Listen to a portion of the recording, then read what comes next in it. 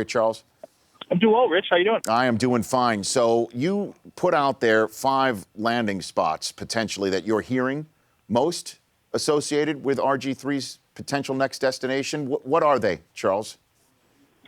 Well, a number of teams are coming up. San Francisco is a team that has gotten mentioned. Dallas, Philadelphia. I think personally I like the Chiefs as a fit.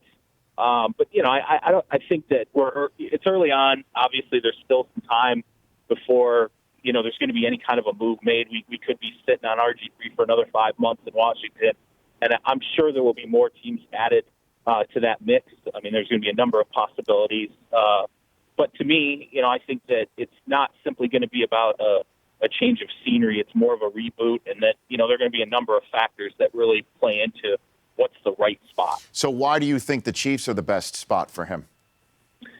I think it's the combination of coach, locker room, front office, culture, media. I think all of those things are aspects that, for one reason or another, did not work out well in Washington. And I think, Andy Reid has a track record with guys, whether it's, Michael Vick, whether it's Donovan McNabb, his current quarterbacks, Alex Smith, backup Chase Daniel.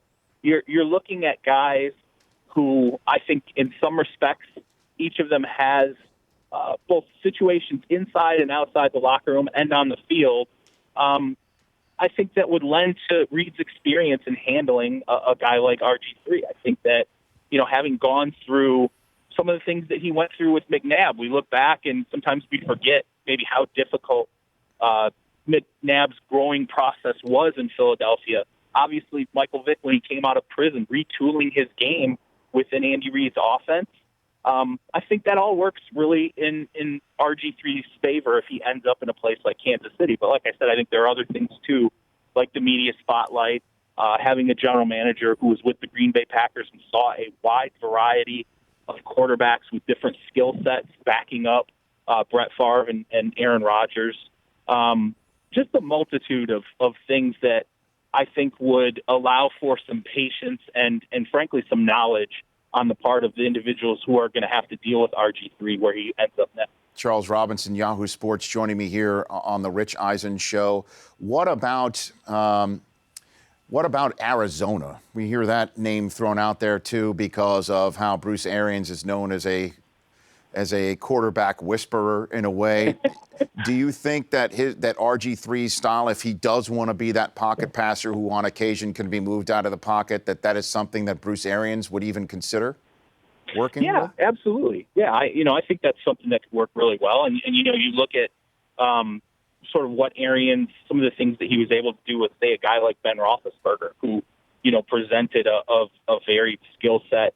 I think that there is an element of toughness, though, too, that, when you look at Arians' past, he's worked with a lot of really tough quarterbacks. And I think that, we don't know really whether RG3 is that kind of guy. Is he going to be a guy who can take some of the punishment and constantly get up, over and over again? Are the pieces around him correct? And to me, I think personally, I think it's got to be a situation where, and I don't even know that RG3 would agree with this, nor his agent.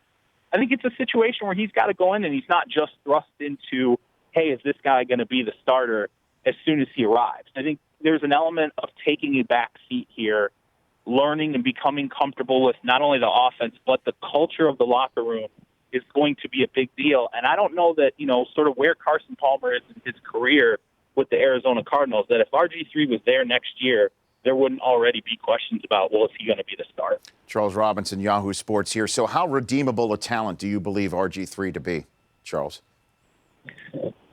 If I look at Michael Vick in that situation, and that's one of the reasons why, I think Reid is such an ideal coach.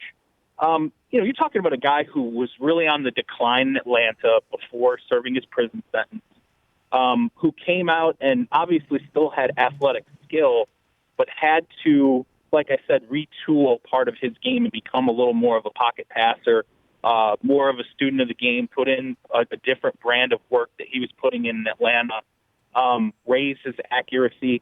all those things. If the fact that Reed was able to pull that off, I believe that RG3 can do that as well. I mean, to a certain sense, he's already an accurate passer, but there are elements of his game that need refining, particularly as a passing quarterback. I think the athleticism's there, but I think he needs a patient coach who is going to, in a sense, the way that Reed and Morningweg did with Vic, mold the offense around what his skill set can be and give him the time to get his feet under him on the roster. At what point do you think, last question for you, that this will be an actual real-time situation for him to choose where he goes next? How soon do you think this actually comes to pass, Charles? I think it'll end up being next offseason. I think they'll cut him ultimately, unless something drastically changes, and I just don't see that happening between now and February. They're not going to pay the $16 million that he's due. So I think that before the beginning of the league year in 2016, so we're talking in that February range, I think he'll become a free agent and have to start looking at his options. So they'll still keep him around, even if they risk having him injured and having that thing guaranteed? From the conversations I've had, the individuals around RG3 are telling me they're adamant they don't believe he's going to get cut because, of what happened last year, the fact that he was demoted. And we don't really know whether or not Kirk Cousins, if he's a spectacular failure, and look at the schedule, he's going to play some stout defenses pretty quickly. If Kirk Cousins is a spectacular failure and Colt McCoy repeats what he did last year, I don't know how you can continue to start those guys if you're Jay Gruden and hope to still have a job at the end of the season. It's not an option for Jay Gruden to go 2-14 and expect to survive beyond 2015. If RG3 gets another start for the Washington Redskins, I that would just be a stunner. That would just be an absolute stunner. There's no other way to put it, Charles. But we'll keep an eye on it, obviously. Thank you for calling in. Appreciate it. Thanks for having me. You bet. That's Charles Robinson. Check out his column on Yahoo Sports. The Rich Eisen Show, weekdays at noon Eastern. On Audience.